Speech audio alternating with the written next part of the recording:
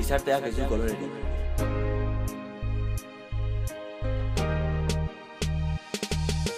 El color de la piel no tiene importancia, pero si hablamos de la muerte ya no tiene tanta gracia. No digas que importa el color, eso es una falacia.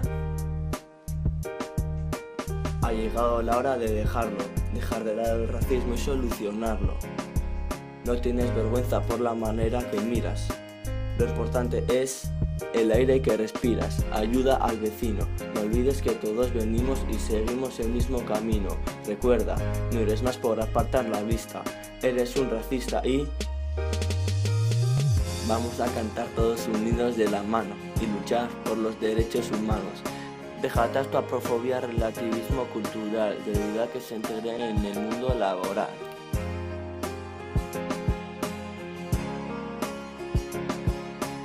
Azalaren koloreak ez dauka garrantzirik, arrazismoak berriz ez dauka inongo garaziarik, ez dauka importantziarik, etortzen bazara Afrikatik, edo Asiatik, Ozeanetik, edo Ameriketatik.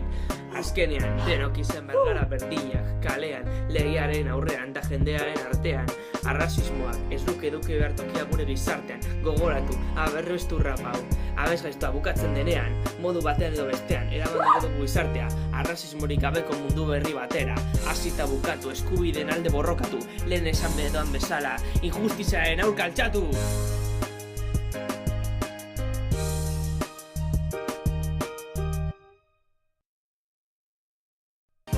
We're lifting up the planet, dominate but regress. Black never had a chance, they're forced to obey the oppression of the heaven, provoking holy hell, the station of the hate, killing souls every day.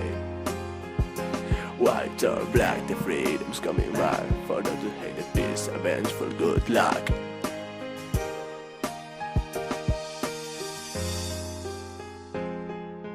Los juicios nos impiden ver lo bueno que yace tras las apariencias.